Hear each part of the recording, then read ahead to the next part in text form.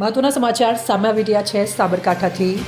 Himmatnagar GIDC overbridge પર અકસ્માતમાં 4ના મોત નીપજ્યા। એન્જિનિયર સહિત 4 લોકોના મોત।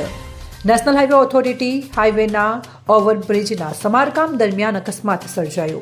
ટ્રક ટ્રેલરે બ્રિજ પર રોડ રોલરને ટક્કર મારતા અકસ્માત સર્જાયો હતો।